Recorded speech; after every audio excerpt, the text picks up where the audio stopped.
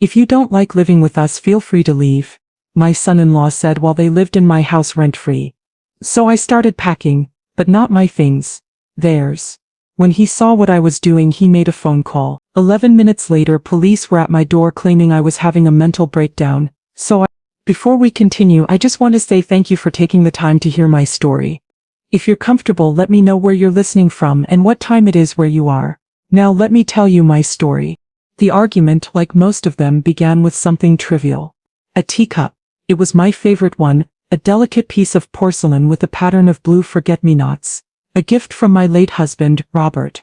On our 25th anniversary, I had been reading in the sunroom, a space I considered my last true sanctuary in the house, lost in a historical novel about the Tudors. The phone had rung, and it was my sister Margaret, calling from Florida. I'd set the cup and saucer down on the small glass coffee table, the one Robert and I had bought during a weekend trip to the coast, and went into the kitchen for our long rambling chat.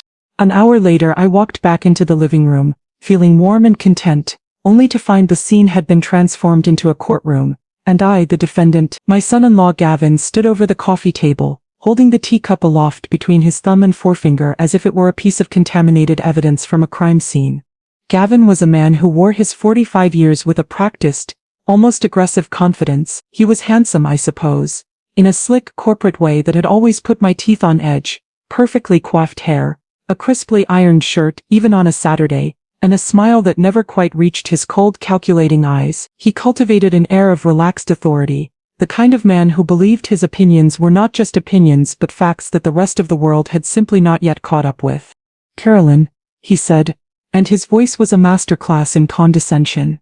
It was a smooth, patient, almost syrupy tone, the one he used when he was about to explain something to me as if I were a particularly slow and forgetful child. "We've talked about this. Coasters. They exist for a reason. This is a nice table." He gestured to the glass surface, which of course was utterly incapable of sustaining a water ring. The absurdity of his comment was breathtaking, but it wasn't about the table. It was never about the table. It was about control. It was about establishing the rules of the house, my house, and then policing my adherence to them. "It's a glass table, Gavin," I said, my voice quiet but firm, refusing to engage in the charade. "It will be fine. It's about forming good habits, Carolyn," he continued, completely ignoring my point as if I hadn't spoken at all. "It's about respecting our shared space. We all have to pitch in to keep this place looking nice. Our shared space." The words, as always, grated on me like sand in a wound. He spoke of the house as if he were a co-owner, a partner in its upkeep, a benevolent landlord overseeing a forgetful tenant. He conveniently and consistently forgot that the deed was in my name, that the mortgage had been paid off 15 years ago by my husband's life insurance, that every single utility bill that landed in the mailbox was addressed to me, Carolyn Reed, and paid for from my and Robert's carefully managed pension. He and my daughter Jessica had been living here rent-free for 2 long years. Jessica, my only child, drifted in from the kitchen, drawn by the familiar tense cadence of her husband's lecturing tone. Her face, at 42, was etched with the familiar weary anxiety she wore like a second skin. She saw the teacup in Gavin's hand, saw the thundercloud of self-righteousness on his brow, and her shoulders slumped in a gesture of preemptive surrender. "Gavin, please don't," she murmured, her voice barely a whisper. She was not defending me, she was trying to de-escalate, to manage her husband's mood, a task that had become her primary and most exhausting occupation. "I'm just trying to maintain some standards." "Jessica," he said, turning on her, his voice sharp. "Is that too much to ask? Your mother is getting more and more forgetful. If we don't stay on top of these little things, the whole place will fall into disarray." The accusation of forgetfulness was his favorite, and most insidious weapon. He wielded it constantly, a subtle but persistent psychological campaign to undermine my confidence, to frame me as a doddering old woman who needed his firm managerial hand to guide her through the treacherous landscape of her own home. He would remind me of conversations we never had, correct my memories of past events with his own fabricated versions, and sigh with theatrical frustration when I couldn't immediately locate my reading glasses, which he had on more than one occasion moved himself. Something inside me, a part that had been worn smooth by months of quiet endurance, of biting my tongue to keep the peace, finally splintered. A lifetime of being a patient, reasonable and accommodating woman came to an end in that moment. "This is still my house, Gavin," I said, The words were louder than I intended, sharp with an authority that had been dormant for a very long time. Gavin's carefully constructed patience vanished in an instant. His face flushed a dull, angry red. He set the teacup down on the glass table with a sharp clatter that made Jessica jump. "Oh, here we go," he sneered, his voice dripping with venom. "The My House card, you know, for a woman who was so lonely she begged her family to move in with her. You're not very grateful." "I am not ungrateful," I said, my voice trembling slightly, not with fear but with a sudden surging rage. "I am simply asking for a little respect." He took a step toward me, his larger frame seeming to suck the air from the room, crowding me. "Respect? I'm the one trying to keep this place from falling apart while you wander around in a fog. We put our lives on hold to come here and help you, and all you can do is throw it in our faces that you own the four walls around us." He was a masterful historian of his own mythology. He was rewriting our past, painting himself as the selfless savior and me as the burdensome charity case. The truth that they had been served an eviction notice from their overpriced apartment after another of Gavin's brilliant consulting ventures had failed, and that I had offered them a temporary refuge out of love for my daughter was a detail he had long since erased from his version of events. I looked at Jessica, my only child, hoping for some sign of protest, some flicker of outrage on my behalf. But she just stared at the floor, her arms wrapped around her waist, her silence a complete and devastating betrayal. She was a casualty of his war, a willing prisoner who had forgotten the location of the key. I held my ground. I did not back down. I simply looked at him, my silence a refusal to accept his version of reality.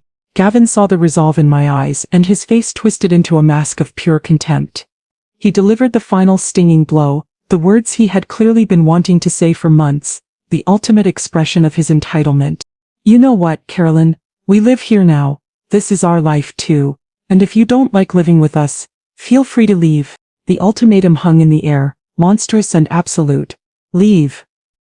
He had told me to leave my own home, the home I had shared with my husband for 40 years, the home where I had raised my daughter, the home that held every memory I cherished. I didn't say another word. There was nothing left to say. I simply turned, walked out of the room with as much dignity as I could muster, and retreated to the quiet sanctuary of my bedroom. The war was over. I had lost. Or so they thought. That night, sleep was a distant, unreachable country.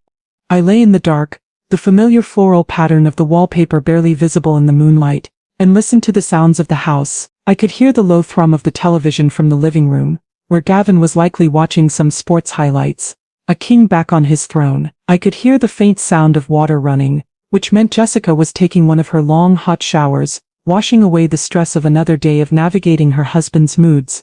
These were the sounds of my life now, an invasive soundtrack I had never chosen. Gavin's words echoed in the silence of my mind, each syllable a small, sharp stone pelting the fragile walls of my peace. "Feel free to leave." It was the casual, arrogant cruelty of it that cut the deepest. He had not only disrespected me, he had tried to erase me from my own life, to render me a ghost in the halls of my own home, a troublesome spirit to be placated or, if necessary, exorcised. But as the hours ticked by on the old clock downstairs, as the house finally fell silent, the sharp, stinging hurt began to cool and harden into something else. The emotional turmoil receded, and the part of my brain that had been dormant for the past 10 years, the sharp, methodical and unsentimental mind of a senior accountant, booted up with the clean, quiet hum of a well-maintained machine. For 40 years my job had been to find the bottom line, to strip away the narrative and the emotion and look at the cold, hard numbers. And that is what I decided to do now. I rose from my bed, slipped on my old comfortable chenille robe, and walked not to the kitchen for a comforting cup of tea, but to my late husband's study. This room was my true sanctuary, a space Gavin and Jessica rarely entered. It was too quiet for them, too filled with the ghosts of a man who had earned his success through hard work, not bluster. It was a time capsule of a more orderly world, with its floor-to-ceiling bookshelves filled with Robert's history books, its faint, pleasant scent of old paper and leather, and his massive oak desk standing like a bulwark against the chaos of the present. I switched on the green-shaded banker's lamp, its soft, focused glow illuminating the polished wood. I opened the bottom right-hand drawer of the desk and pulled out a fresh, cloth-bound ledger. The kind I had used for decades at the firm. The crisp, clean lines on the page were a balm to my frayed nerves. This was a world of order, of facts, of things that could be quantified and understood. This was a language I was fluent in. I took out Robert's old fountain pen, its familiar weighty balance a comfort in my hand, and uncapped it. The nib scratched softly, as I wrote at the top of the first page, my handwriting still as neat and precise as it was at 30, the Thorne residency, a cost-benefit analysis, period ending, today's date. I drew a neat precise line down the center of the page with a ruler. On the left I wrote the heading pros, assets benefits. On the right cons, liabilities costs. I started with the pros column. I wanted to be fair, to be objective. An accountant must consider all sides of the balance sheet, even if it feels like a futile exercise. I sat for a long moment, the pen hovering over the page. Finally, I wrote, alleviation of solitude. This had been the primary and perhaps only reason I'd invited them. After Robert's death, the silence of the large house had been a physical weight, and their presence at first had filled it with noise and a semblance of life. Assistance with physical tasks. I had to be honest. Gavin had on 2 separate occasions in the past 2 years, helped me move a heavy piece of furniture. I noted it down, occasional companionship from daughter. This was a painful one to write. Sometimes, when Gavin was out for the evening, my daughter and I could still have moments that felt like they used to, full of easy laughter and shared memories. These moments were increasingly rare, but they were still an asset. I stared at the list. It was short, pitifully so. My pen hovered over the page, but nothing else came to mind. The asset column was nearly empty. Then I moved my pen to the right side of the page to the cons column, and the floodgates opened. The ink flowed from my pen in a steady, angry and meticulously detailed stream. I broke it down into subcategories as I would with any complex financial report. Direct financial costs. I listed everything, the unpaid rent, which I calculated at the fair market value for a home of this size, now totaling a staggering sum over 24 months, the skyrocketing grocery bills, which I itemized with a grim satisfaction, noting Gavin's penchant for expensive imported cheeses and organic free-range everything, none of which he paid for, the utility bills, which had nearly doubled since their arrival, thanks to Jessica's hour-long showers and Gavin's insistence on keeping the thermostat at a tropical 78 degrees, even in the dead of winter. I was not just housing them, I was subsidizing their entire comfortable lifestyle. Non-financial costs, disrespect and usurpation. This section was longer. I listed Gavin's constant, condescending reminders, his habit of talking over me in conversations, his appropriation of Robert's study chair, his favorite mug, his side of the bed. I wrote down the teacup incident, and at the bottom of the list, I wrote his final ultimatum in all caps, told to leave my own home, emotional distress and psychological costs. I detailed the constant low-grade anxiety of walking on eggshells in my own space, the loss of my own privacy, of the simple freedom to leave a teacup where I pleased, the painful spectacle of my daughter's spinelessness in the face of her husband's casual bullying, the slow creeping feeling of becoming invisible, a service provider rather than the matriarch of the family, maintenance and clutter, depreciation of asset.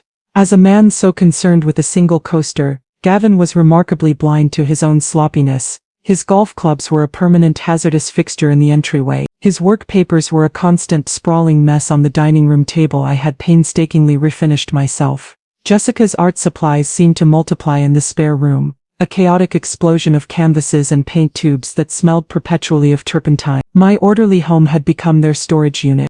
By the time I finished, the sun was beginning to cast a pale gray light through the study window. I looked down at the ledger. The left column contained 3 small, sad entries. The right column was a damning multi-page indictment, a detailed accounting of my own quiet misery. The numbers didn't lie. The facts were irrefutable. The cost-benefit analysis was a landslide. The liabilities of their presence so profoundly outweighed the assets that it would be professional malpractice to allow the arrangement to continue. The accountant in me had rendered a final, clear-eyed verdict. This was not a sustainable partnership. It was a hostile takeover, and I was funding my own demise. My decision was made, not in a fit of rage or a moment of passion, but in the cold, clear light of dawn, written in black ink on a balanced sheet.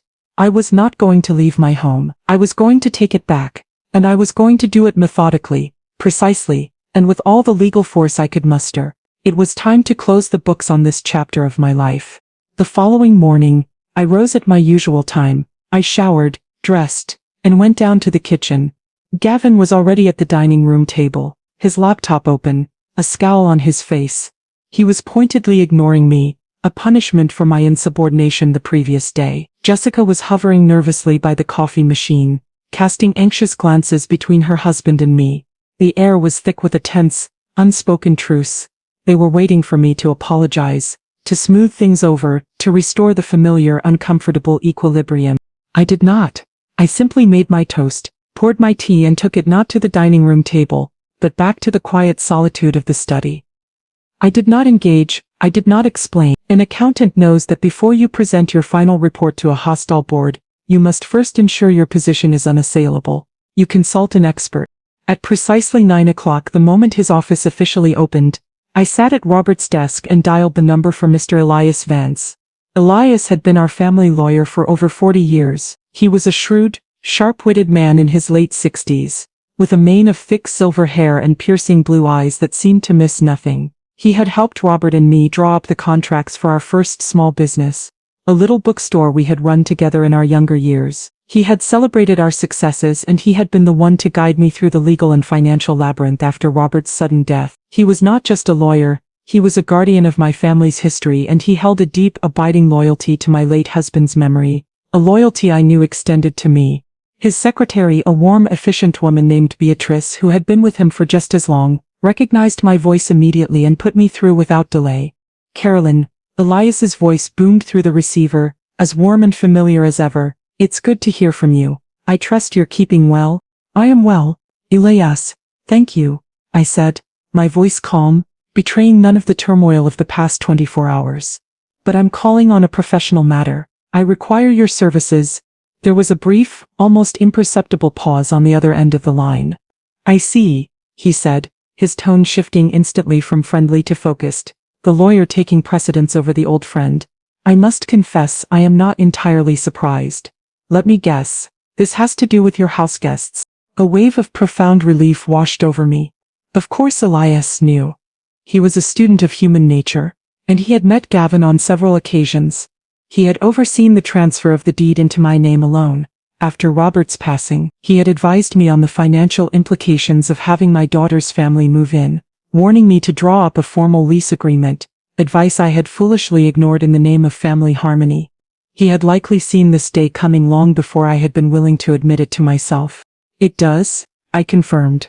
I then proceeded to give him a calm, dispassionate summary of the situation. I was no longer a hurt mother, I was a client providing a deposition. I outlined the financial arrangements or lack thereof, the escalating disrespect, and ended with Gavin's ultimatum from the previous day. I recounted the conversation with the precision of a court stenographer, leaving out the emotion and sticking to the cold hard facts. Elias listened without interruption. I could hear the faint, rhythmic scratching of his fountain pen on a legal pad as I spoke, a sound I found deeply comforting. When I finished, he let out a long, weary sigh. "Carolyn," he said, and the warmth was back in his voice, but now it was laced with a grim, protective resolve. "First, let me be unequivocally clear. This is your house. Your name is on the deed. You pay the taxes, you are the sole legal owner. You have every legal right to ask anyone, including your own daughter, to vacate the premises. Gavin's assertion that you should be the one to leave is not only morally reprehensible, but it is also legally baseless. He is, in the eyes of the law, a tenant at will with no lease and no rights of ownership. You, my dear friend, hold all the cards." His words were a balm to my soul, a legal affirmation of what I knew in my heart to be true, but had been made to doubt. "So what is my next step?" I asked, feeling a surge of strength. "Your next step is to be prepared," he said, his voice taking on a new cautionary tone that made me sit up even straighter. "Carolyn, I have known you for a very long time. You are a kind and reasonable woman. Your son-in-law, from what I have observed over the years, is neither. A man like Gavin, a classic narcissist, will not go quietly.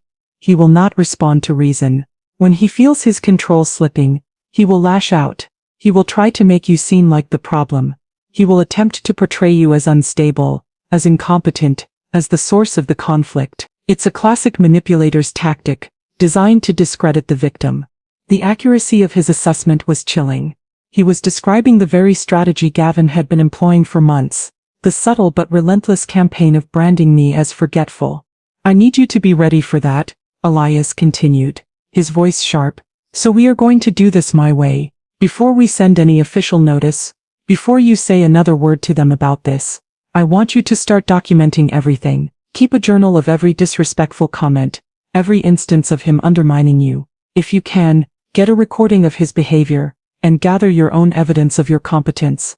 The deed to the house, recent financial statements showing you are managing your affairs, a letter from your doctor. We need to build a fortress of facts around you so that when he inevitably launches his attack it will shatter against a wall of irrefutable truth. His advice was a call to arms. He was not just telling me how to evict a tenant, he was giving me a strategy for how to win a war against a narcissist, a war I hadn't even realized I was already fighting.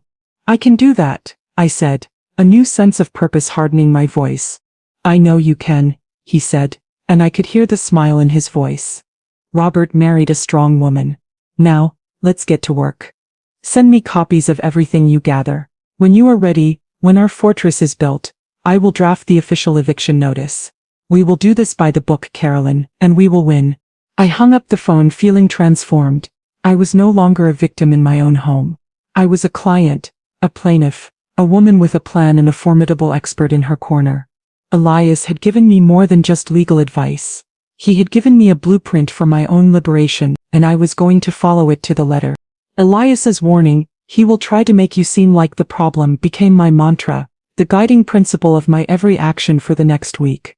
It was a strange and deeply unsettling way to live, treating my own home as a hostile environment, my own family members as subjects of surveillance. But Elias was right, this was a war, and I needed to arm myself for the inevitable battle. My grief and anger had been replaced by the cold, clear focus of an accountant preparing for the most important forensic audit of her life. My first step was to acquire the tool Elias had suggested, a voice recorder. The idea felt cloak and dagger, something out of the spy novels Robert used to love. But I understood the strategic necessity. Gavin's abuse was verbal, his manipulations psychological. An audio recording was the only way to capture the evidence in its raw, undeniable form. I drove to a large electronics store in the neighboring town, a place I knew Gavin and Jessica never frequented, as it lacked the boutique, upscale experience they favored. Walking through the brightly lit aisles of sleek, futuristic gadgets, I felt like a spy in a foreign land, a woman of the analog age on a mission in a digital world. I found the section for recording devices and was immediately confronted with a bewildering array of options. Small black boxes with a confusing assortment of buttons and screens. A young clerk with kind, curious eyes and a collection of silver piercings in his ears noticed my confusion. "Can I help you find something, ma'am?" he asked, his tone gentle. "Yes," I said, lowering my voice conspiratorially, a little embarrassed by my own theatrics. "I need something discreet, very small, something that can record for a long time without being noticed, without any beeping sounds or flashing lights." He looked at me for a moment, a flicker of what might have been sympathy in his eyes, but he was too professional to ask questions. "You want a pen recorder?" he said immediately, leading me to a different display case. "They look just like a regular pen, but they have a high-quality microphone hidden inside. You just click the top to start and stop recording. The battery lasts for hours, and it stores the audio on an internal drive. When you're done, you just unscrew it and plug it into a computer to get the files." It was perfect. It was an object of my own generation, a simple, elegant pen, concealing the technology of theirs. It was the perfect disguise. I purchased it, along with a small, high-capacity USB drive to store the files, and felt a thrill of subversive power as the clerk placed it in a plain brown bag for me. Back home, I began my new secret routine. Every morning after Gavin and Jessica left for their respective work, his in the den, hers in her art studio, I would take the pen, give it a subtle click to start the recording, and place it in the ceramic pen holder on the small table in the entryway. The table was centrally located, its tiny microphone perfectly positioned to capture the ambient sounds and, more importantly, the conversations in the main living area and dining room. Every evening, long after they had gone to bed, I would retrieve it, my heart beating a little faster with the illicit nature of my task, and retreat to the study. There, I would plug it into my old but reliable desktop computer and transfer the day's audio file, a long, unbroken recording of my day, onto the USB drive. I didn't listen to the files at first. I just saved them, meticulously labeling each one by date. 2025, 0915, audio.mp3 2025, 0916, audio.mp3. The act of gathering the data was enough for now. While the recorder did its silent work, I assembled my fortress of facts just as Elias had instructed. I went to the bank and, explaining it was for estate planning purposes, got a notarized copy of the deed to the house. The official stamp and seal on the document felt like a shield. I went through my filing cabinets and pulled the last 4 months of utility and property tax bills, making clean photocopies of each one and highlighting the sections showing my name and my payments. The most crucial step was the doctor's visit. I scheduled an appointment with my family doctor, Dr. Amanda Evans, for my annual physical, moving it up by a few months. Dr. Evans was a sharp, no-nonsense woman in her 50s who had been my physician for years and had also cared for Robert in his final months. She knew my history, both medical and personal. At the end of a thorough checkup, she sat across from me at her desk, a warm smile on her face. "Well, Carolyn, whatever you're doing, keep doing it. Your blood pressure is perfect, your heart sounds strong, and your cholesterol levels would make a teenager jealous. You're healthier than most of my patients, 20 years younger." "That's wonderful to hear, Amanda," I said. "Would you be willing to put that in a letter for me? For an insurance matter?" She gave me a long, knowing look. She had met Gavin at Robert's funeral and had seen him in action. She didn't press for details. "Of course," she said, turning to her computer. The letter she printed out and signed for me was unequivocal, a glowing testament to my health that stated I was in robust physical and mental health, and the crucial phrase, exhibited no cognitive impairment whatsoever. It was another crucial brick in my wall of defense. I went home and scanned every document, saving each one as a PDF file on the USB drive, creating a digital and a physical file that I sent via courier to Elias. The folder on my desk grew thick with evidence: deed of trust BTF, property tax Q2 BTF, medical report Evans BTF. My study had become a war room. My quiet, orderly life had become a covert operation. There was a part of me that was horrified by the necessity of it all, by the cold, calculating person I was being forced to become. But the accountant in me, the part that Elias had reawakened, knew that this was the only way. You don't go into a hostile audit with feelings and opinions, you go in with facts, with evidence, with a clear, irrefutable paper trail. And my paper trail was becoming impeccable. I chose my day with the care and precision of a general planning an offensive. It was a Tuesday, a week and a half after my preparations had begun. The folder of evidence was complete. The USB drive was in Elias's secure possession, and the audio recordings had captured several classic examples of Gavin's condescending monologues and Jessica's passive compliance. I knew from overhearing their breakfast conversation, a conversation now immortalized on a tiny digital file, that it was the perfect window of opportunity. Gavin had a rare all-day in-person meeting with a potential client downtown, a meeting he had been crowing about for a week. Jessica was attending a day-long graphic design conference in a neighboring city. They had left together early that morning in Jessica's car, and I knew I would have the house entirely to myself until at least 6 o'clock that evening. The silence they left behind was profound and immediate. For the first time in what felt like an eternity, the house sighed and settled, returning to its natural state. The low thrum of Gavin's endless conference calls from the den was gone. The faint chemical scent of Jessica's turpentine from her makeshift art studio in the spare room was absent. There was only the gentle rhythmic ticking of the grandfather clock in the hall and the soft, comforting hum of the refrigerator. It was the sound of my life before they had arrived. I did not act immediately. I went to the kitchen, made myself a pot of Earl Grey tea, and poured it into my favorite forget-me-not cup. I took my tea and a biscuit and sat in the sunroom, my sanctuary. I was not angry. I was not vengeful. The emotional heat of the initial confrontation had long since cooled, processed and filed away like a closed account. What remained was a cold, clear and absolute resolve. This was not an act of passion, it was a necessary business transaction, a liquidation of a toxic asset that had been draining my resources for far too long. After finishing my tea, I went to the garage. Robert had been a man of meticulous order, and his habits had persisted even after his death. On a high shelf I found exactly what I was looking for, a stack of flat-packed heavy-duty cardboard boxes he had saved from our last move. I carried them into the living room, and with a practiced efficiency, assembled the first one. The screech of the packing tape gun as I sealed the bottom was a sharp, satisfying sound in the quiet house. It was the sound of purpose, of action, of reclamation. I started in the guest room, the room that had, through a slow and insidious process of encroachment, become their master bedroom. The room was a mess, a chaotic landscape of their lives carelessly strewn across my furniture. Gavin's expensive, tailored suits were draped over the armchair where my husband used to sit and read the evening paper. Jessica's half-finished canvases, dark and full of a brooding energy that worried me, were stacked against a wall, leaving a faint streak of blue acrylic paint on the pale yellow wallpaper. I began with Gavin's closet. I took down his clothes, not with anger but with a strange detached efficiency.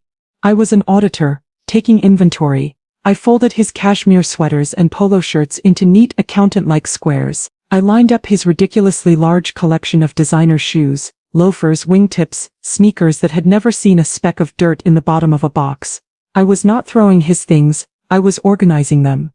I was a professional, executing a task with precision. With each item I packed, with each layer of their presence I removed, I felt a small incremental lightening of my own spirit. I was not just packing away their belongings, I was packing away their energy, their thoughtless clutter, the oppressive weight of their disrespect. I was reclaiming my space, one folded shirt at a time. I found a box for his absurd collection of golf trophies, the cheap gold-plated symbols of his weekend victories over other middle-aged executives, and wrapped each one carefully in old newspaper before placing them inside. I sealed the box and, with a thick black marker, wrote in my neat, clear script, Gavin, golf trophies. Next, I turned to Jessica's side of the room. This was harder. These were the belongings of my daughter. Her art supplies which I had so proudly bought for her when she first went to college. Her well-worn books, the classics I had read to her as a child. A small silver-framed photo of the two of us from a long-ago beach vacation, both of us laughing, our faces tan and carefree. A wave of profound, gut-wrenching sadness washed over me. How had we come to this? How had the bright, funny, independent girl I had raised become this shadow of a woman, a silent accomplice to her husband's casual cruelty? I had to push the emotion aside. This was not the time for sentiment. This was the time for action. I packed her things with the same methodical care, labeling each box with a steady hand. Jessica, art supplies. Jessica, books. I worked my way through the house for the rest of the day, a quiet, determined engine of domestic change. I cleared their clutter from the main bathroom, packing away his expensive, overpowering colognes and her dozens of half-empty, luxury lotion bottles. I cleared their laptops, their charging cables, and their sprawling mess of papers from my dining room table, restoring it to a place for meals, not a satellite office for a failing consultant. By late afternoon, the living room was filled with a neat, orderly ziggurat of brown cardboard boxes, a testament to my day's work. The house felt different. It felt lighter, clearer. It felt like mine again. I stood in the middle of the room, my hands on my hips, a smudge of dust on my cheek, and surveyed the scene. I was not a victim being forced out. I was the owner of the property, managing a difficult but necessary eviction. The packing was more than halfway done. The next, and most difficult phase of my plan was about to begin. At precisely 5:30, I heard the familiar sound of a car pulling into the driveway. My heart gave a single hard thud against my ribs, but my hands remained steady. I had been anticipating this moment all day, rehearsing my lines, preparing my emotional defenses. It was Gavin, returning home alone. Just as I'd anticipated, Jessica had texted me an hour earlier to say her conference keynote was running late, and she wouldn't be back until after 7. The initial confrontation would be with him, one-on-one. This was for the best. Jessica's presence would only complicate things, her predictable anxiety a tool he would immediately use against me.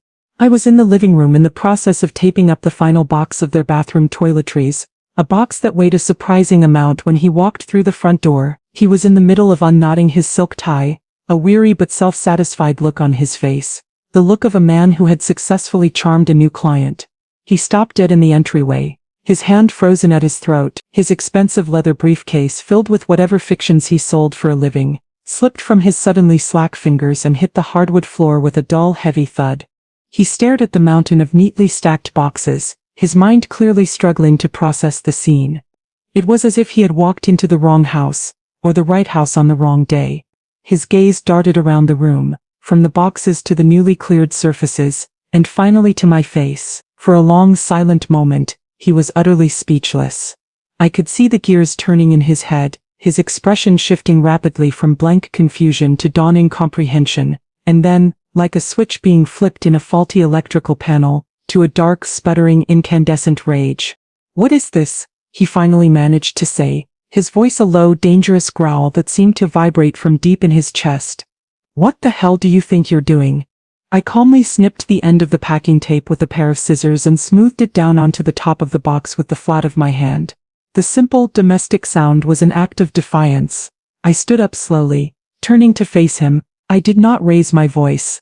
I did not show fear. I was an accountant presenting the bottom line of a very bad fiscal year. "I'm packing," I said, my voice even and cool. "I can see that," he sputtered, taking a step into the room, his face flushing a deep mottled red. "What I want to know is why. Is this some kind of sick passive-aggressive joke? Did you forget to take your medication this morning?" "It's not a joke, Gavin," I replied, ignoring the jab, "and my health is excellent, thank you. You gave me an ultimatum last week. You suggested rather forcefully that if I didn't like living with you, I should feel free to leave. I gave your suggestion some considerable thought, and I've decided on a different solution, a more logical one. I've decided it would be better for everyone if you and Jessica were the ones to leave. I want my house back." The sheer unadulterated audacity of my statement seemed to stun him into silence again. He stared at me as if I had just started speaking in a foreign language. He had never, not once in the 2 years they had lived here, considered the possibility that I would stand up to him, that I would challenge his authority in this house. In his meticulously constructed world, I was a passive, forgetful old woman, a background character in the movie of his life. I was not supposed to have agency. I was not supposed to have a voice. I was most certainly not supposed to fight back. His shock quickly morphed back into fury, this time laced with the high, frantic notes of panic. He was losing control, the one thing he could not tolerate, and it was driving him insane. "You can't do that," he shouted, his voice echoing in the suddenly cavernous room, a room that was now emptier of his presence than it had been 5 minutes ago. "We live here. This is our home. You can't just throw us out on the street." "No, Gavin," I said, my voice still quiet, a stark and deliberate contrast to his bellowing. "This is my home. You have been living here as my guests. A privilege you have abused to its absolute limit, and that arrangement is now over." He took another step toward me, his fists clenched at his sides. For a fleeting, terrifying moment, I thought he might become physical. I saw a flash of raw, uncontrolled violence in his eyes. But Gavin's weapons were not physical, they were psychological. He looked at me, his eyes narrowed into venomous slits, and I could see a new, ugly and truly desperate idea forming in his mind. He saw that direct confrontation, his usual tool of intimidation, was not working. So he was going to change the game entirely. He was going to escalate in a way I had not fully anticipated, but for which Elias had thankfully prepared me. Without another word, he spun on his heel and stormed into the kitchen, snatching his phone from his pocket as he went. He thought he was out of my line of sight, but I could see his reflection in the dark glass of the china cabinet, a distorted, furious caricature of a man. His entire demeanor changed in an instant. The rage vanished, replaced by a mask of manufactured high-stakes panic. His voice when he spoke into the phone after dialing 911 was a performance worthy of an Oscar. It was trembling, high-pitched and filled with a desperate feigned concern that made my blood run cold. "Yes. Hello? I need help," he said, his voice cracking artfully. "It's my mother-in-law, Carolyn Reed. I'm at her house. My house. Our house. I think she's having some sort of breakdown. A complete psychotic episode. She's delusional. She's throwing things, packing boxes. She doesn't seem to know who I am. I'm worried she's a danger to herself. Please, you have to send someone, police, an ambulance, anything. I'm really scared of what she might do." I stood perfectly still, my hand resting on the back of my late husband's armchair. Elias had been right. He was not going to go quietly. He was going to try to make me the problem. He was attempting to have me declared mentally incompetent, to have me removed from my own home so he could seize control. I glanced at the elegant regulator clock on the mantel. 5:47 p.m., the countdown had begun. After Gavin's theatrical, venomous phone call, a strange and terrible calm descended upon the house. It was the eerie stillness in the air before a violent thunderstorm. He remained in the kitchen, pacing back and forth like a caged tiger, occasionally glancing out the window toward the street, a nervous, twitchy energy radiating from him. He didn't speak to me. He didn't even look at me. He was waiting for his allies, the unwitting pawns he had summoned under false pretenses, to arrive and validate his vicious narrative. I in turn retreated to the armchair in the living room, the one nearest the old-fashioned rotary telephone on the end table. I sat down, my back straight, my hands folded calmly in my lap. I did not touch the boxes. I did not tidy the room. I let the scene remain exactly as it was, a quiet, orderly living space filled with the tangible evidence of a planned departure. A scene that could, to the uninformed eye, look like chaos. My heart was a frantic bird beating against the cage of my ribs, but on the outside I was the very picture of composure. I had prepared for this. I had a plan. I had an expert of my own, and I had already made a call to him, a brief, coded message. Elias, it's happening now. The wait was excruciating. Every passing car on the street made my head snap up, my muscles tensing. The grandfather clock in the hall seemed to be ticking with the slow, deliberate malice of a time bomb. Each tick was a small hammer blow to my nerves, counting down the seconds to a confrontation that would define the rest of my life. I was no longer in my comfortable home. I was on a stage, a meticulously set stage, waiting for the curtain to rise on the final ugly act of this domestic drama. 11 minutes. It took exactly 11 minutes. I know because I watched the long, elegant second hand on the clock sweep around its gilded face, each tick a measurement of my dwindling autonomy. Then, I heard it, the distant, unmistakable wail of a siren, a sound that in any other context would signal safety, but tonight it was the sound of an approaching threat. The wail grew steadily closer, a crescendo of impending doom. A moment later, flashing red and blue lights began to strobe through my living room windows, painting the familiar walls in frantic, surreal slashes of color, turning my sanctuary into a crime scene. A police car, followed closely by an ambulance, pulled up to the curb directly in front of my house. The quiet, tree-lined street of my peaceful retirement, a street known only for its well-tended gardens and the occasional parade of trick-or-treaters, was suddenly the scene of a full-blown emergency. I saw the curtains twitch in my neighbor's windows. Miss Gable from across the street, her face a mask of worried curiosity, stepped out onto her porch. The moment the vehicle stopped, Gavin sprang into action. This was his moment, his starring role. He rushed to the front door, flinging it open before the first responders were even out of their cars. He had composed his face into a mask of pure, unadulterated anguish. His shoulders were slumped, his brow furrowed with a deep theatrical worry. He ran a hand through his perfectly coiffed hair, making it look artfully disheveled, the mark of a man under extreme duress. "Thank God you're here," he cried out, his voice loud enough to carry not just to the officers but to the entire neighborhood, a public declaration of my supposed madness. "I'm so glad you came so quickly. She's inside. I don't know what to do." He met the 2 police officers and 2 paramedics on the front walkway, intercepting them before they could reach the house. I watched through the large picture window as he launched into his well-rehearsed performance. He gestured wildly back at the house, his voice a torrent of panicked, convincing lies. "It's my mother-in-law, Carolyn." I could hear him say, his voice thick with a counterfeit emotion that was sickeningly authentic. "She just snapped, completely out of the blue. She's delusional, thinks we're strangers. She started packing up all our things, talking nonsense about evicting us. She's never been like this before. I'm terrified she's a danger to herself. We think it might be a stroke or maybe early onset dementia. She's 70, you know." He was brilliant. I had to give him that. He was weaving a narrative that was both dramatic and tragically plausible. He was framing my calm, logical decision to evict him as a sudden, inexplicable psychotic break. He was using my age, my gender, my recent widowhood, every stereotype of the frail elderly woman as a weapon to discredit me before I had even spoken a single word in my own defense. The 4 first responders, 2 men, 2 women, listened, their faces grim and professional. They were trained to respond to crises, to take reports of danger, especially from a seemingly distraught family member, with the utmost seriousness. From their perspective, they were walking into a classic geriatric mental health emergency, a sad and unfortunately common call. They had no reason to doubt the terrified, concerned man standing before them, a man who was fighting back tears for his beloved mother-in-law. As they started up the walkway toward the front door, Gavin stood aside to let them pass, the very picture of the dutiful, worried son-in-law, his face a perfect portrait of sorrowful concern. He had set the stage. He had cast me as the madwoman in the attic. Now his helpers were here to take me away.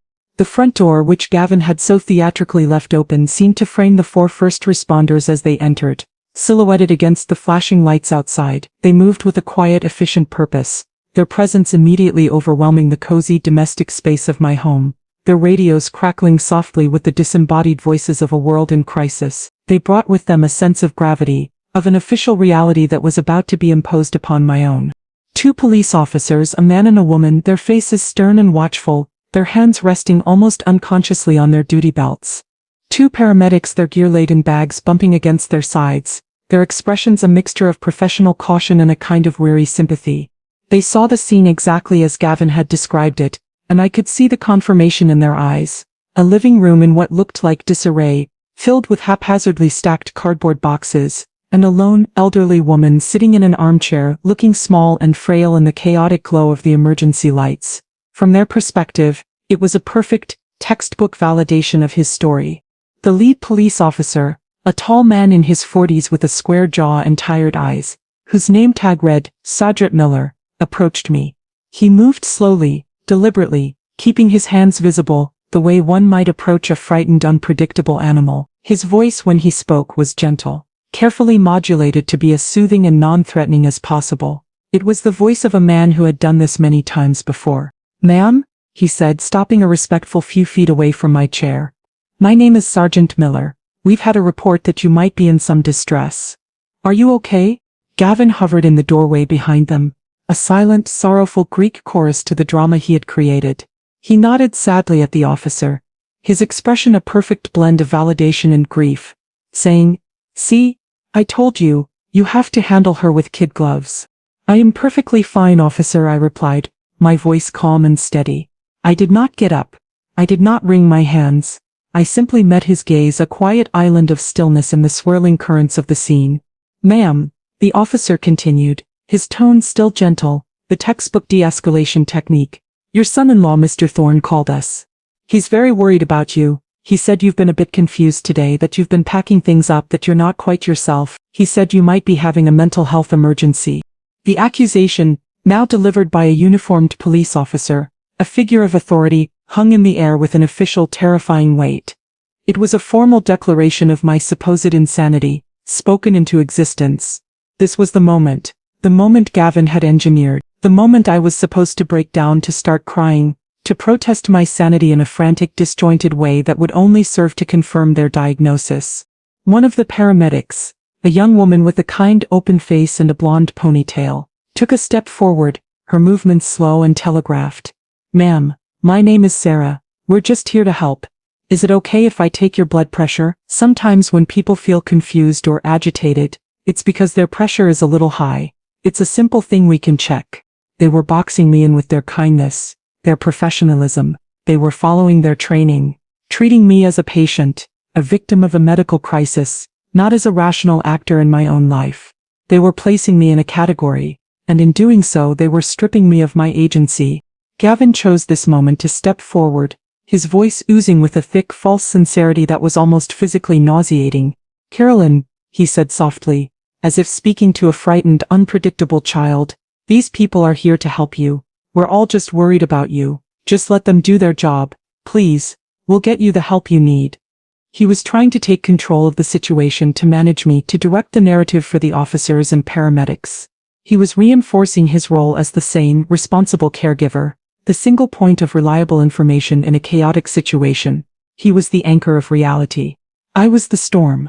I looked from Gavin's smug, concerned face to the cautious, professional faces of the first responders. The entire situation was a perfectly constructed trap, a diabolical piece of theater designed to invalidate me, to strip me of my credibility, and ultimately to have me removed from my own home under the guise of compassionate medical care.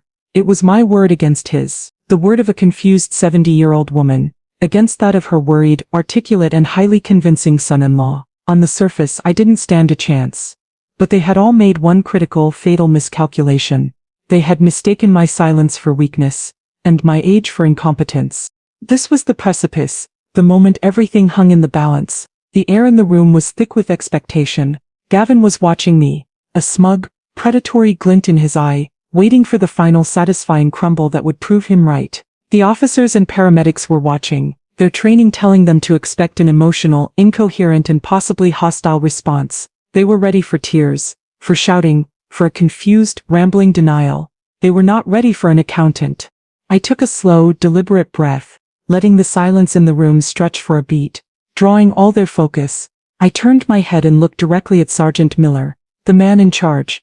I ignored Gavin completely, a calculated act of dismissal that I knew would infuriate him. I was refusing to engage with him, refusing to acknowledge him as a legitimate party in this conversation. It was now between me and the authorities he had summoned. Officers, paramedics, I began, and my voice was not the reedy, quavering tone of a confused old woman. It was the clear, steady, and authoritative voice of a retired senior accountant who had spent 40 years commanding respect in boardrooms filled with overconfident men. It was a voice that knew its own value. I want to thank you for your prompt response. Your concern is noted and, under normal circumstances, would be appreciated. However, I must assure you that I am not having, nor have I ever had, a breakdown or a mental health emergency. The shift in my tone, my vocabulary, and my demeanor was immediate and palpable. It was like a sudden change in the weather. I could see a flicker of surprise, of reassessment, in Sergeant Miller's eyes. This was not the confused, rambling patient he had been briefed to expect. This was someone else entirely.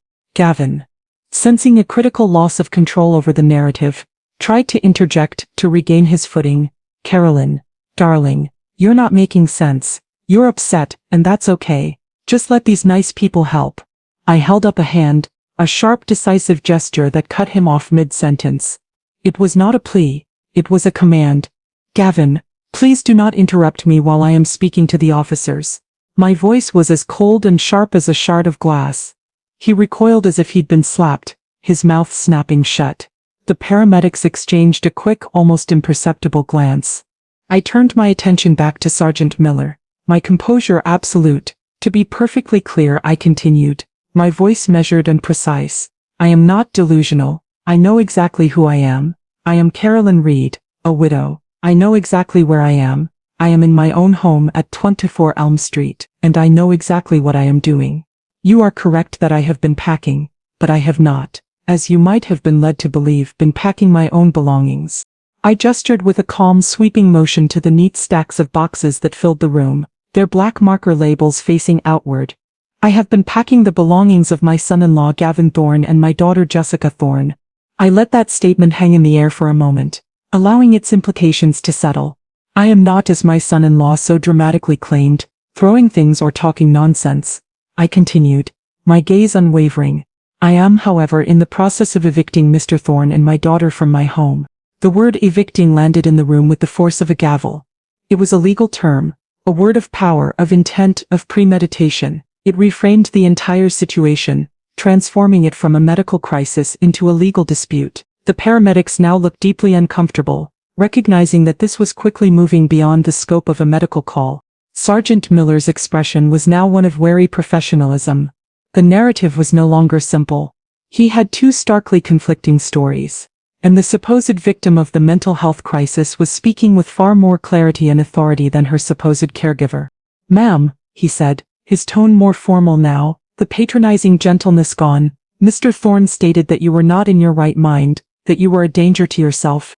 I understand what he stated, I said, my voice unwavering.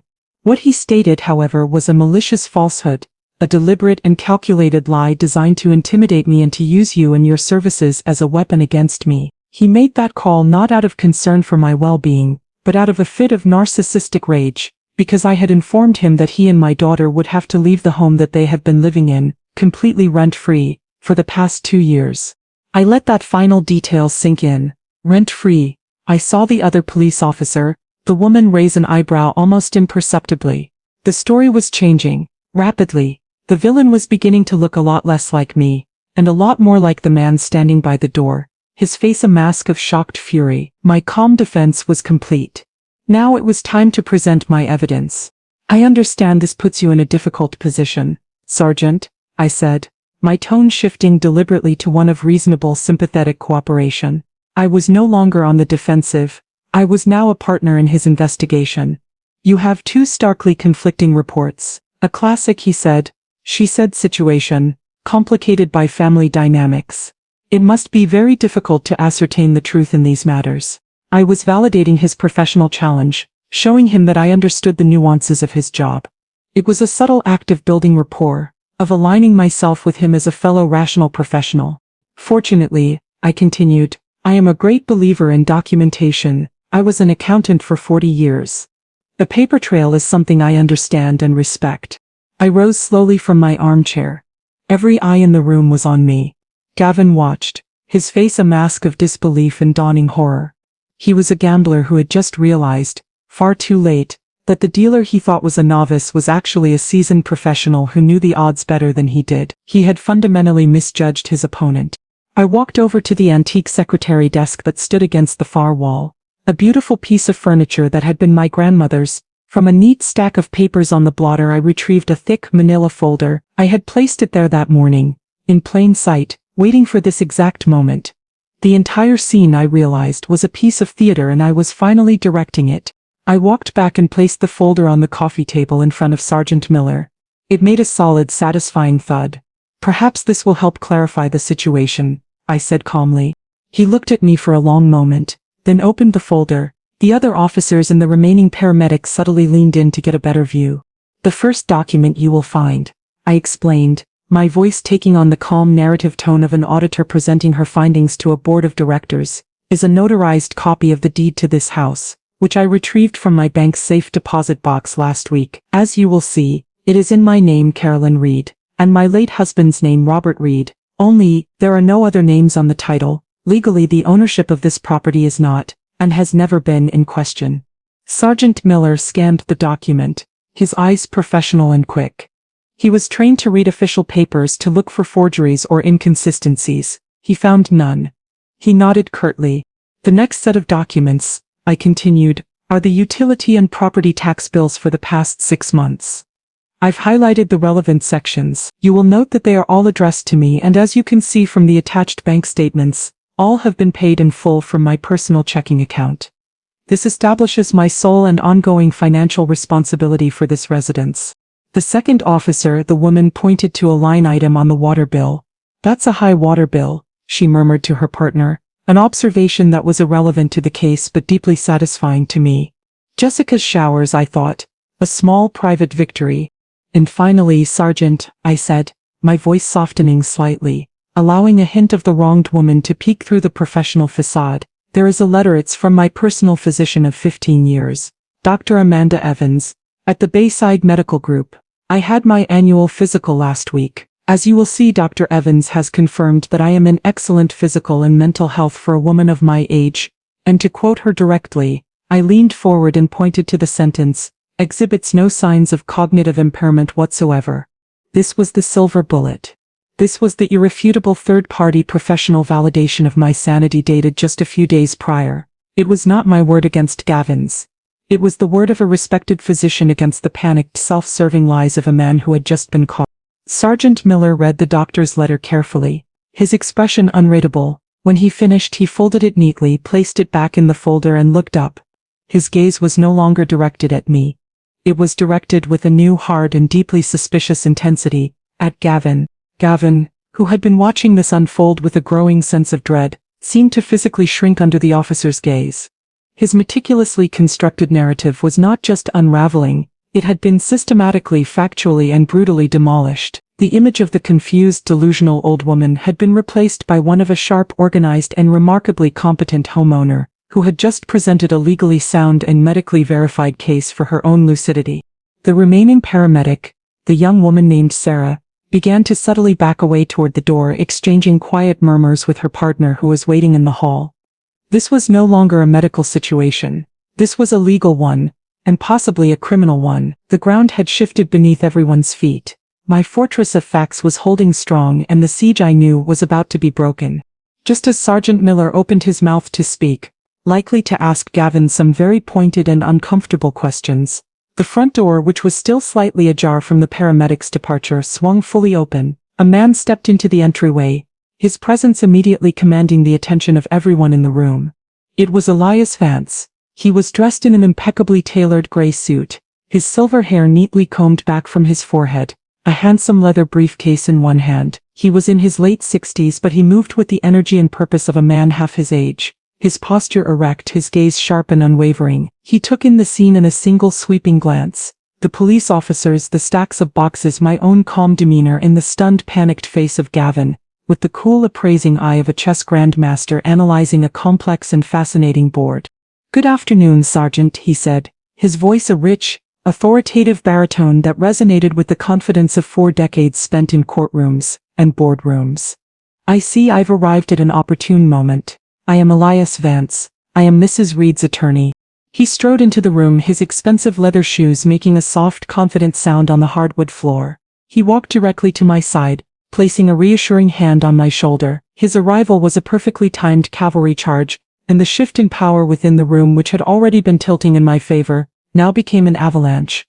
Sergeant Miller, a man clearly not easily intimidated, nonetheless straightened his shoulders and unconsciously adopted a more formal posture. The situation had just escalated from a messy domestic dispute to a matter involving legal counsel from one of the city's more respected law firms. "Mr. Vance," the sergeant said, his tone now clipped and respectful. "We're here in response to a 911 call from a Mr. Thorne, reporting a potential mental health crisis concerning your client." Elias Vance's gaze, which had been taking in the room, now settled on Gavin, and it was as cold and sharp as a shard of ice. "A mental health crisis," he repeated, his voice dripping with a fine, ironic disdain that was far more effective than any shout. "Is that what we're calling it? It seems to me, Sergeant, that what we are actually witnessing is a malicious and calculated attempt to use emergency services, your services, to harass and intimidate a senior citizen, an offense, I might add, that carries some rather significant legal penalties, including but not limited to civil liability for emotional distress." Gavin, who had been pale before, now seemed to turn a shade of green. The vague threat of social embarrassment had just been replaced by the very real, very specific threat of criminal charges and a lawsuit, delivered by a man who clearly knew how to make good on such threats. Elias turned his attention back to the officers, his demeanor all business. "My client, Mrs. Reed, contacted my office last week. She informed me of the escalating pattern of verbal and psychological abuse she has been enduring from her son-in-law. She also informed me of her intention to ask both Mr. Thorne and her daughter to vacate her property. I advised her at that time that Mr. Thorne, based on my own observations of his character, was unlikely to react rationally and might resort to precisely this kind of desperate, manipulative tactic in an attempt to seize control of the situation, and perhaps the property itself. It seems my prediction was, regrettably, accurate." He had reframed the entire narrative in under a minute, with the effortless skill of a master storyteller. I was no longer the subject of a mental health check. I was the documented victim of escalating harassment. Gavin was no longer the concerned caregiver. He was the perpetrator of a calculated act of intimidation with a clear financial motive. The room was silent. The 2 police officers were now looking at Gavin not as a concerned citizen but as a potential suspect. "I believe," Elias said, his gaze still locked on the now trembling Gavin, his voice low and dangerous, "that my client may have one final piece of evidence that will clarify the nature of Mr. Thorne's concern beyond any reasonable doubt." He looked at me, a silent question in his eyes. The stage was set for the final act, the presentation of the smoking gun. With all eyes on me, the weight of the room's attention a tangible pressure, I gave Elias a small, confirming nod. The fear I had felt earlier was gone, replaced by a cold, hard certainty. I was no longer a participant in this drama. I was a narrator, recounting the facts of the case. "I do," I said, my voice steady. "I believe I have a recording of the events leading up to and including the 911 call." Elias, with the timing of a seasoned actor, reached into his inner jacket pocket and produced the small, silver pen recorder. It looked so innocuous, so ordinary, lying in the palm of his hand. He held it up for the officers to see, letting the object itself make a statement. "My client has, on my advice, been making audio recordings to document Mr. Thorne's behavior and create a clear record in case of any misunderstandings. I believe the recording from this afternoon will be particularly illuminating." He then turned to me, a move we had discussed and planned. "Carolyn, would you mind retrieving the USB drive from your study?" I took the liberty of downloading and isolating the relevant file before I came over, to save the officers some time. This too was part of the strategy, a small but significant act to demonstrate my continued competence, my lucidity, and my active role in my own defense. I was not a confused old woman being managed by her lawyer. I was a partner, a collaborator in the execution of a well-laid plan.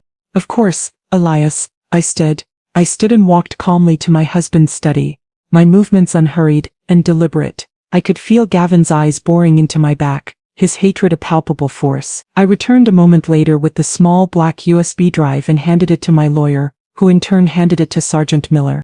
If you have a laptop in your vehicle, Sergeant, I strongly suggest you listen to the file labeled Gavin Thorne 911 Call Origin. It's approximately 15 minutes long and covers the entire incident from the moment Mr. Thorne arrived home. Sergeant Miller looked from the drive to Gavin, his expression now completely devoid of any sympathy.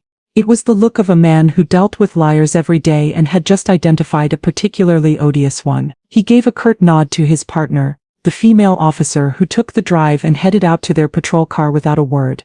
The wait was only a few minutes, but the silence in the room was deafening, thick with unspoken accusations and the low hum of impending disaster. Gavin stood frozen by the fireplace, his handsome face a ghastly shade of white. He was breathing in short, shallow gasps, his eyes darting around the room as if searching for an escape route that no longer existed. He finally understood. He was not in control. He was not the puppet master pulling the strings. He was just a fly caught in an intricate and legally binding web he had been too arrogant to see. We all heard the car door open and close. The female officer returned, her face a mask of grim, angry professionalism. She didn't speak. She just looked at her sergeant and gave a single sharp and utterly damning nod. Elias Vance, ever the master of the courtroom, did not wait for the officer's report. He knew when to press his advantage. He looked at me. Carolyn, perhaps you should describe for the officers for the record what is on that recording. I took a breath, marshalling my thoughts like the columns in a ledger. The recording begins with my son-in-law discovering that I have been packing his and my daughter's belongings. It captures his initial very angry and verbally abusive reaction. It then captures me explaining quite calmly that I am asking them to leave my home in accordance with his own suggestion from last week. I paused, then looked directly at Gavin, whose eyes were wide with a trapped animal's terror. It then captures the complete and total shift in his demeanor, as he walks into the kitchen and places a call to 911. You will hear his voice change from one of authentic bullying rage, to one of feigned hysterical panic. You will hear every lie he told the operator. You will hear him claim I am delusional, that I am a danger to myself, that I have had a psychotic break. The contrast between his actual anger and his manufactured concern is quite stark.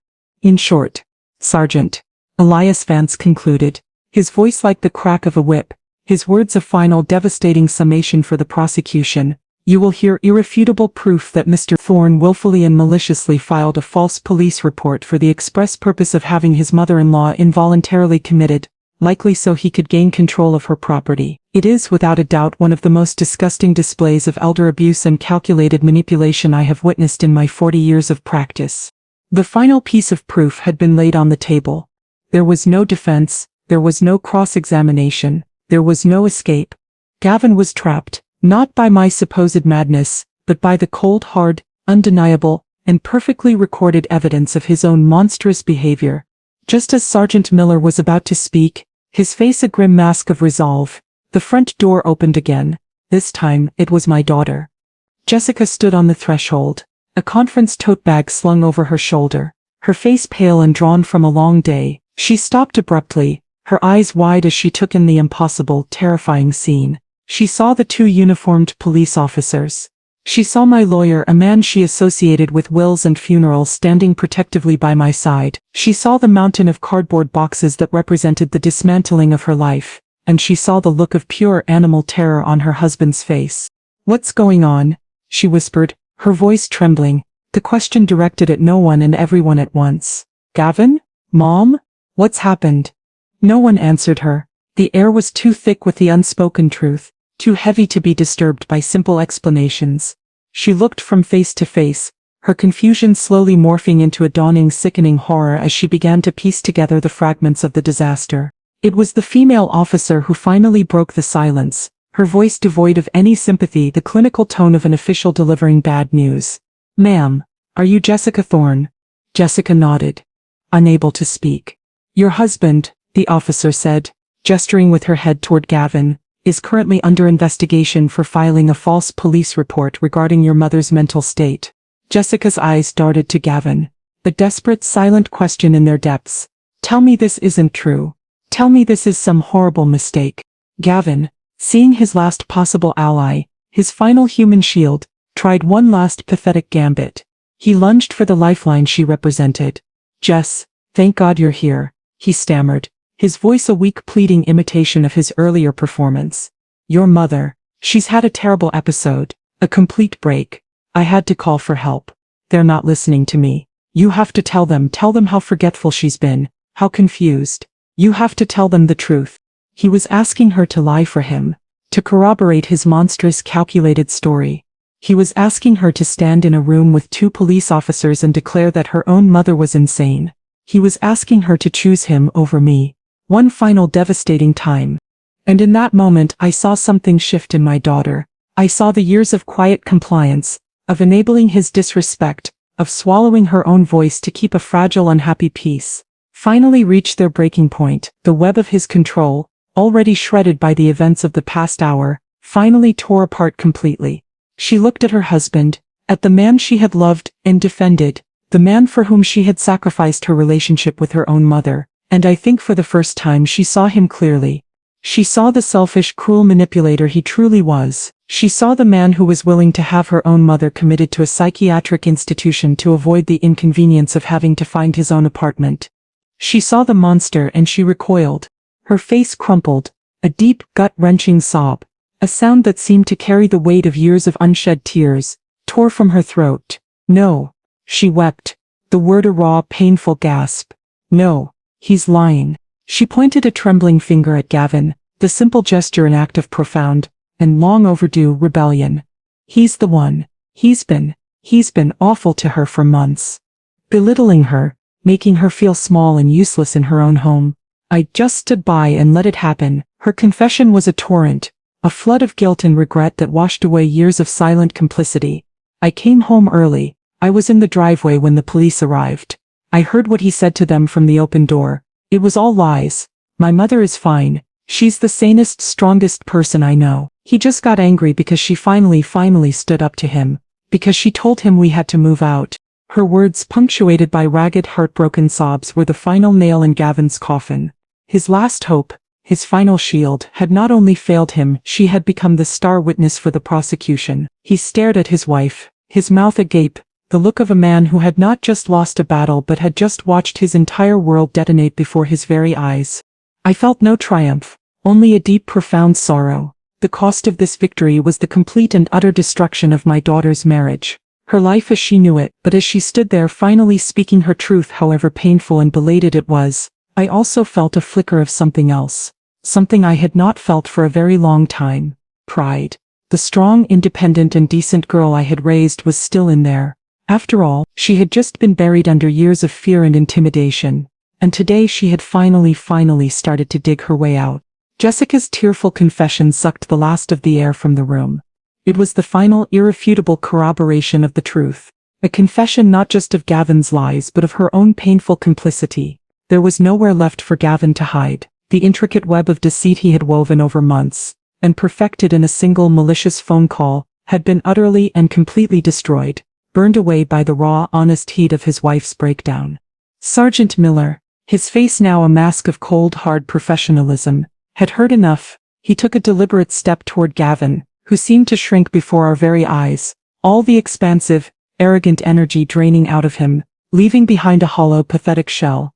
"Mr. Thorne," the sergeant said, his voice flat and devoid of any emotion, the official tone of a man executing a duty. "Please turn around and place your hands behind your back." Gavin stared at him, his mind seemingly unable to process the command. The world was no longer conforming to his will, and the cognitive dissonance was rendering him immobile. "What? No, you can't be serious," he stammered, his eyes darting from the officer to Jessica, then to me, searching for a lifeline that no longer existed. "This is a misunderstanding, a simple family squabble that got out of hand." His voice was weak, reedy, pathetic. The arrogant bully who had commanded my living room just an hour before had been reduced to a pleading, whining child. "It stopped being a squabble, sir, the moment you dialed 911 and deliberately misused emergency services to make a false report against a vulnerable person," the sergeant replied, his voice unyielding. He took another step forward, his hand moving toward the handcuffs on his belt. "Turn around, now." The reality of the situation, the final irreversible consequence of his actions, finally crashed down on Gavin with the force of a physical blow. This was happening. This was real. His brilliant foolproof plan had not just failed, it had backfired in the most spectacular and public way imaginable. As Sergeant Miller reached for his arms, Gavin's arrogant facade finally crumbled completely, revealing the terrified, impotent man beneath. He turned his desperate gaze on his wife. "Jessica, do something," he shrieked, his voice a high, desperate whine that was utterly devoid of dignity. "Don't let them do this. Tell them you were confused. Tell them you were upset."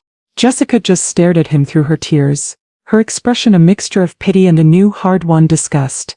She shook her head slowly, a single silent gesture of finality. She had done enough for him. She was done. The sharp metallic click of the handcuffs snapping shut around Gavin's wrists was a shockingly loud sound in the quiet room. It was the sound of finality, of consequences, the sound of a bill coming due. Gavin stood there, his shoulders slumped in defeat, his head bowed. The man who had just an hour before held himself as the king of this castle was now a prisoner in it, his kingdom reduced to the small shrinking space of his own disgrace. "Gavin Thorne," Sergeant Miller recited in a formal, dispassionate monotone, a script he had clearly recited hundreds of times before. "You are under arrest for filing a false police report and malicious use of emergency services. You have the right to remain silent. Anything you say can and will be used against you in a court of law. You have the right to an attorney. If you cannot afford an attorney, one will be provided for you."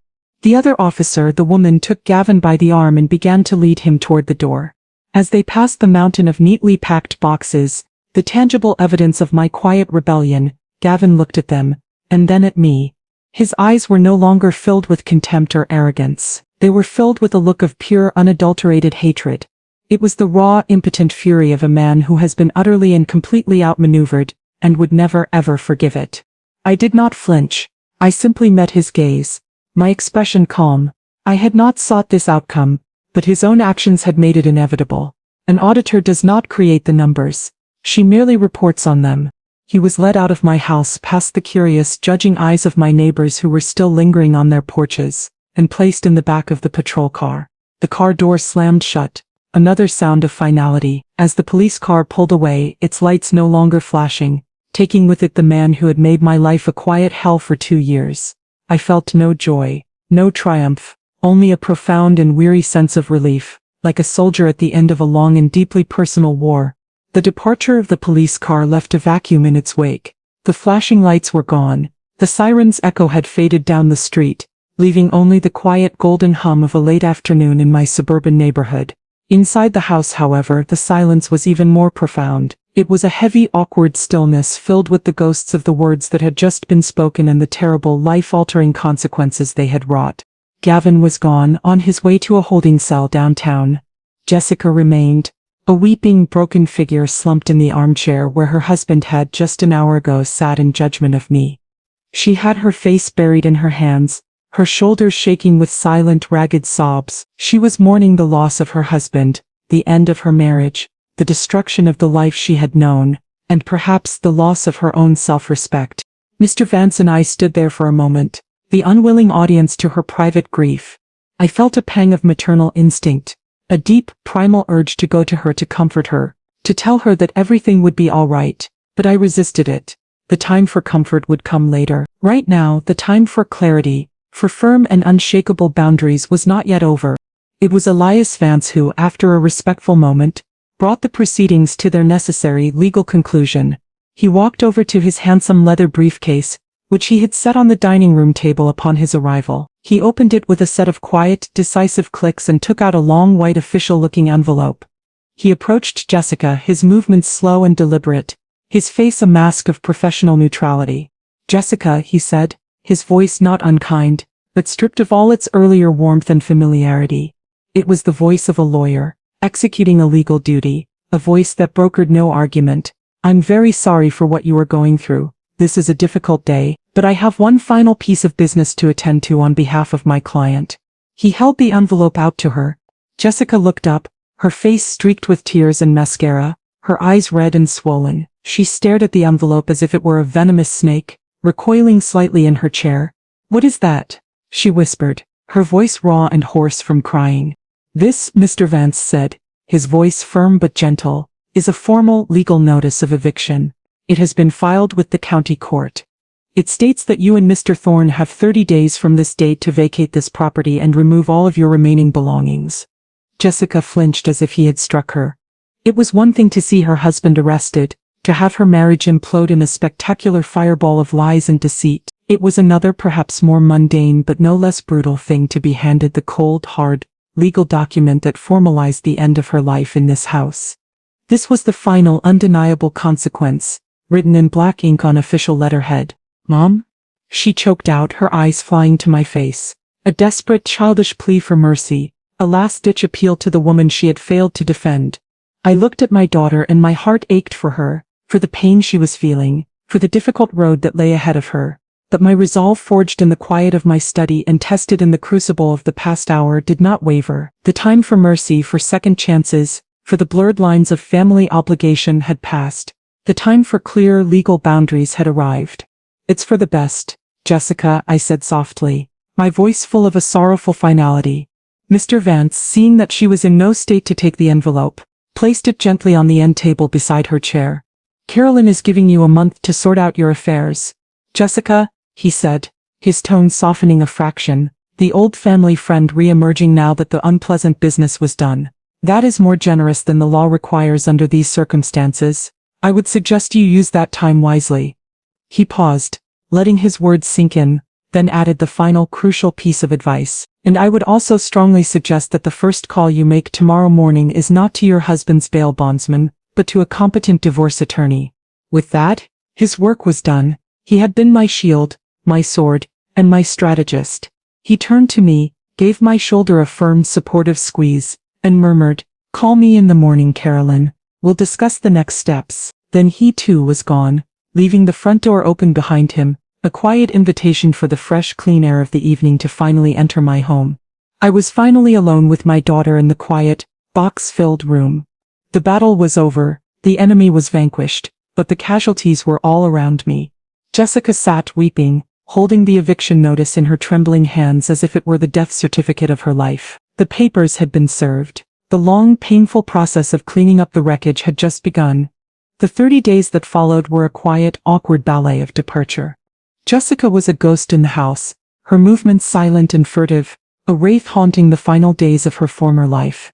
She found a small, furnished apartment on the other side of town, a place that was just hers. She spent her days on the phone with lawyers, a divorce attorney as Elias had so wisely advised, and a criminal defense lawyer for Gavin, and her nights packing the remainder of her and her husband's belongings into yet more cardboard boxes. We rarely spoke. The air between us was thick with unspoken grief, with years of resentment, with the raw, painful reality of what had happened. There were no more tears, no more dramatic confessions. There was only the sad, methodical dismantling of a life, the quiet scrape of packing tape, the heavy thud of boxes being stacked in the garage. I gave her space, retreating to my study or my garden, allowing her the dignity of managing her own exit without my supervision. I was no longer her adversary, but I was not yet her mother again either. We were two women, navigating the delicate, painful aftermath of a shared trauma. On the final day of the month, a small, battered moving truck pulled into the driveway. Jessica, with the help of two burly young men who looked vaguely embarrassed to be there, loaded the last of the boxes. I watched from the kitchen window as she carried the final item out of the house. The small, silver-framed photograph of the two of us at the beach, laughing in the sun. She held it clutched to her chest. When the truck pulled away and the front door closed for the last time, a silence fell over the house that was deeper and more profound than any I had known, even in the lonely, grief-stricken years after Robert's death. It was not an empty silence. It was a clean silence, a silence of peace, of order, of sovereignty. It was the sound of my own life, uninterrupted. I walked through the rooms of my home. My home. I ran my hand over the smooth, cool surface of the dining room table, now cleared of Gavin's papers and laptops. I walked into the guest room, now empty of their furniture and their chaotic, stressful energy. It was just a room again, a quiet, welcoming space filled with the soft light of the afternoon. It smelled of lemon polish, not turpentine. In the weeks that followed, I reclaimed my life, one small deliberate act at a time. I went to a local potter's market and bought a new set of coasters, beautiful hand-painted ceramic ones with a bluebird pattern. I placed them on the glass coffee table, Not because the table needed them, but because they brought me a small, quiet joy. I moved my favorite reading chair, the one with the worn chintz upholstery, back into its rightful spot in the sunroom, the spot with the best light. I spent a whole afternoon in the study, not balancing ledgers or gathering evidence, but listening to Robert's old jazz records, a pleasure I hadn't allowed myself in years, letting the smooth, soulful notes of Miles Davis fill the quiet air. And I left my forget-me-not teacup wherever I pleased. Jessica, true to Elias's advice, filed for divorce. She began the painful but necessary process of rebuilding her life, free from Gavin's manipulative control. We began to talk again, first in short, stilted phone calls, then over coffee at a neutral cafe downtown. The wound between us was deep, and I knew it might never fully heal. But for the first time in years, she was speaking with her own voice, asking for my opinion, sharing her own thoughts without looking over her shoulder. I had hoped that one day, I might get my daughter back for good. Gavin, faced with the irrefutable audio evidence and his wife's testimony against him, pleaded guilty to the charges. The story of the arrogant executive who tried to have his mother-in-law committed became a minor local scandal, a cautionary tale whispered at cocktail parties and golf club lunches. His sentence was light, probation and a hefty fine, but his reputation, the currency upon which his entire life was built, was destroyed. He had lost everything not because of me but because of his own breathtaking hubris. One crisp autumn evening, I was sitting in my armchair, the same one I had been sitting in when the first terrible ultimatum was delivered, a lifetime ago. A cup of Earl Grey tea was steaming on the table beside me, resting on its new Bluebird coaster. The house was quiet, not silent, but quiet. The only sounds were the gentle ticking of the clock and the soft rustle of the pages as I turned them in my book. I looked around at the quiet, orderly space, at the soft glow of the lamps, at the familiar comfort of the home Robert and I had built together. I felt a profound sense of peace settle over me, a peace I had fought for and won. I hadn't been just packing boxes that day. I had been unpacking my life, carefully removing the clutter, the disrespect and the unhappiness that had been suffocating me. I had been clearing the space for myself to breathe again. My house was finally quiet, and in that quiet, I could finally hear my own voice again. The books were balanced, and my life was at long last my own.